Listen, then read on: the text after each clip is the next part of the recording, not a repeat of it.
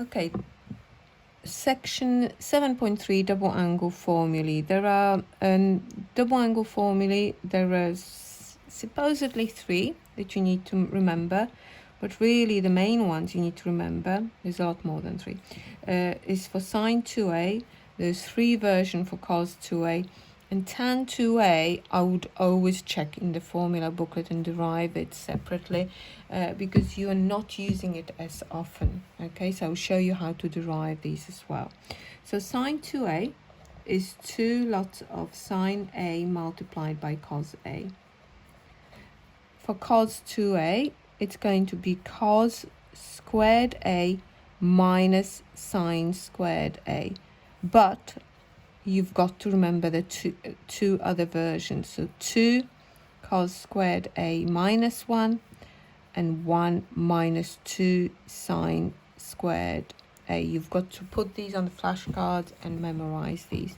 Tan 2a, you're going to get 2 tan a over 1 minus tan squared a. So before we go ahead and do example 7, which won't take us very long, let me show you how to derive these very quickly. So for sine 2a, you're going to start using the expansion sine a plus b. And we are going to write it out, sine a cos b plus cos a sine b. And then we are going to replace our b with a. So wherever there is a b, we are going to replace it with a. So then we are going to get sine a plus a, and then here we don't need that equal sign. It's going to be sine a cos a plus cos a sine a. So effectively you are going to get sine a cos a and sine a cos a twice. And this is our sine 2a.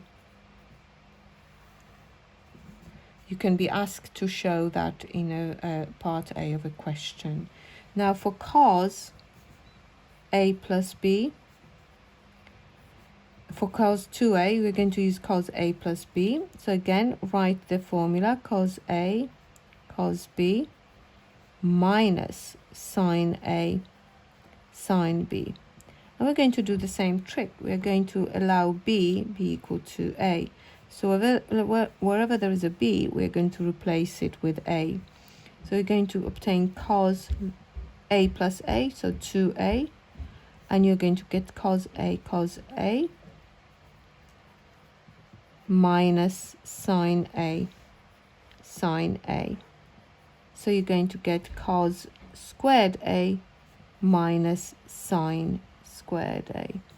Now if you want to derive the other versions, all you need to do is replace either cos squared with sine 1 minus sine squared, or sine squared with 1 minus cos squared, depending which one you're going for. So if you're going to replace sine squared with 1 minus cos squared a, this one here will give you cos squared a minus 1 plus cos squared a, which is 2 cos squared a minus 1. To obtain 1 minus 2 sine squared a, you will just replace cos squared a with 1 minus sine squared a, and then you've got minus sine squared a. So this one is a little bit quicker, so it's 1 minus 2 sine squared a.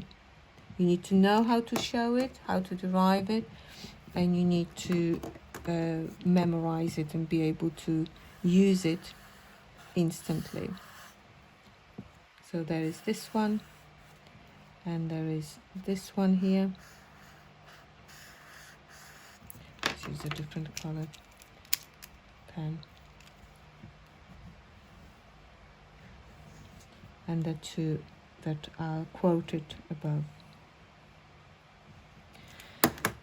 Okay, for tan, exactly the same. So have a go at doing tan yourself. So replacing, you quote tan A plus B, and then replace your tan B's with tan A's within the formula, and you will obtain this one.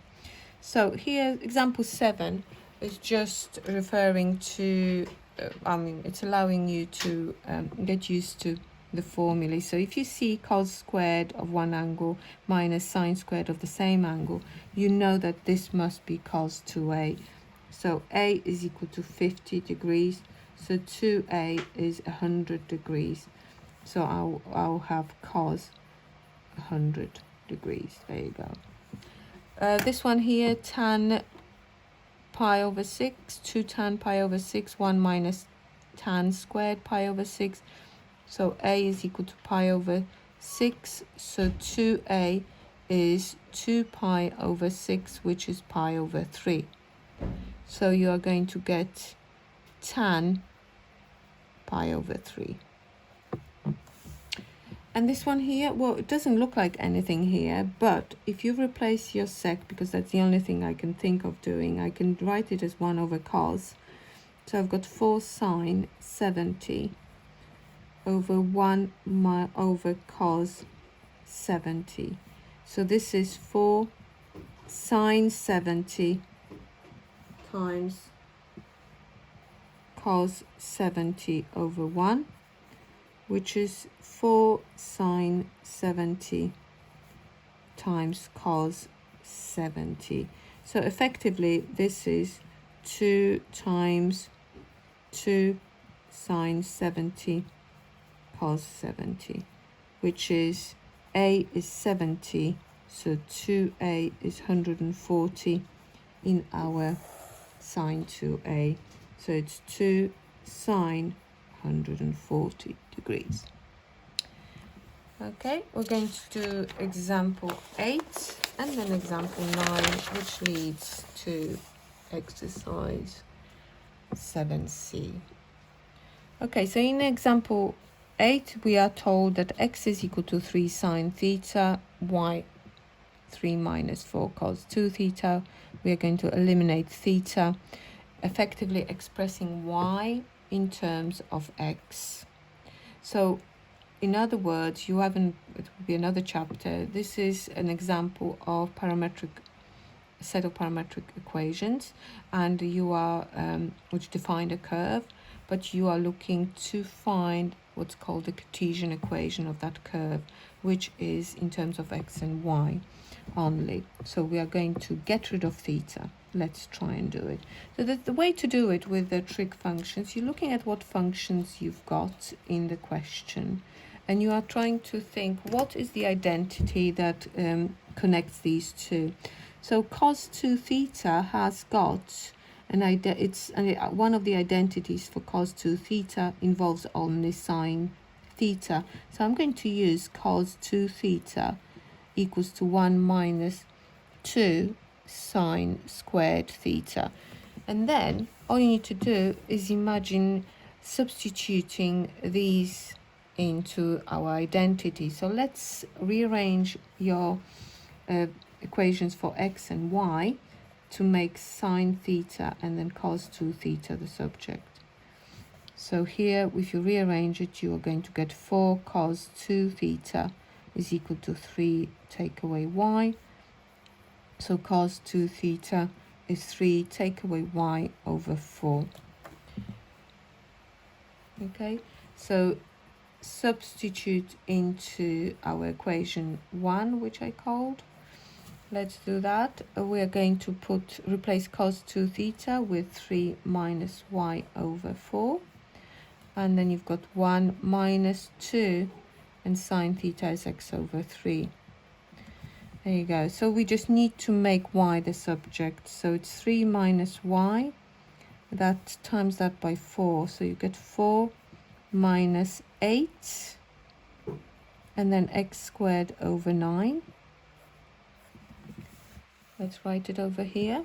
So you've got y is equal to, let's put everything on, move the y on that side and these two on this side. So you will have 8 over 9 x squared, 4 will become minus 4, and you have plus 3 already on that side.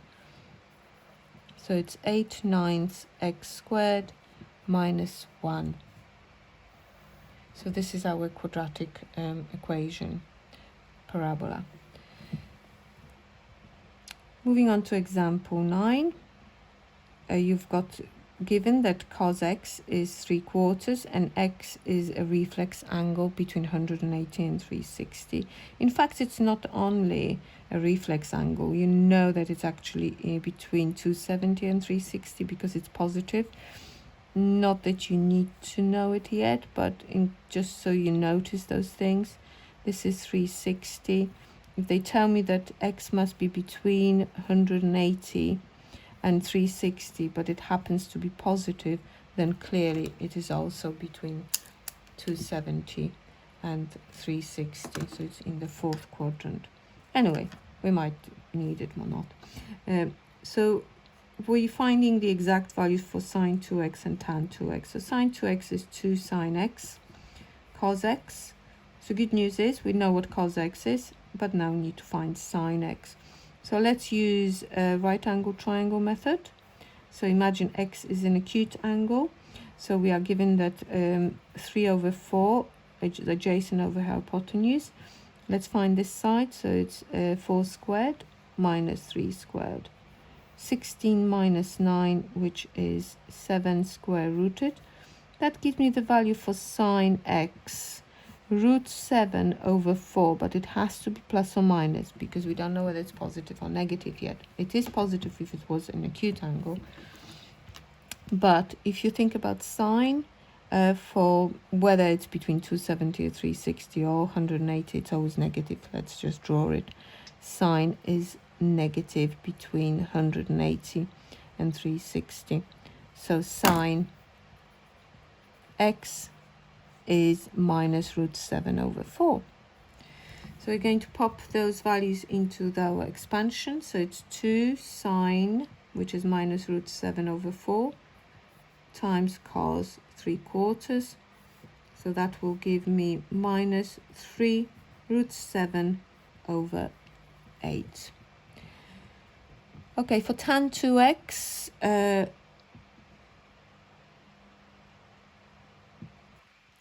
we're going to use, I'm just trying to think, should we do sine 2x over, yeah, we could use sine 2x over cos 2x, just because we've already got sine 2x.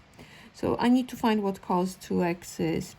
So cos 2x is equal to, let's use the value given. So let's use 2 cos squared x minus 1. It's best to use the information already given in the question. Substituting 3/4 into that, I will have 9/8 minus 1, which is 1/8. So this will give me minus 3 root 7/8 over 1/8, which is minus 3 root 7. Alternatively, you can use tan 2x being 2 tan x over 1 minus tan squared x. But I haven't found tan x, but it's not a problem because I've got sine x and I've got cos x.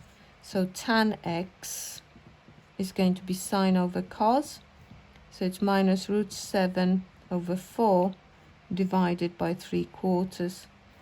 So that will give me minus root 7/3.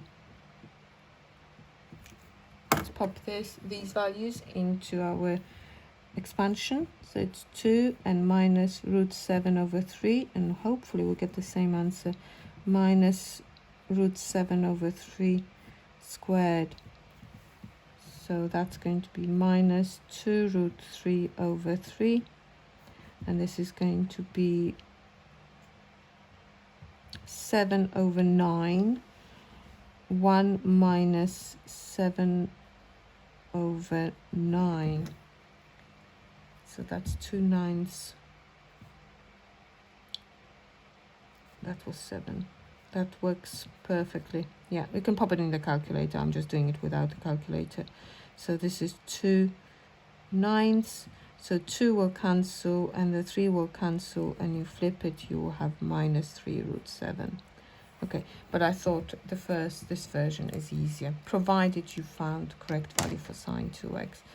Sorry about squeezing it on the paper, but hopefully it helps. You've got to do exercise 7c now.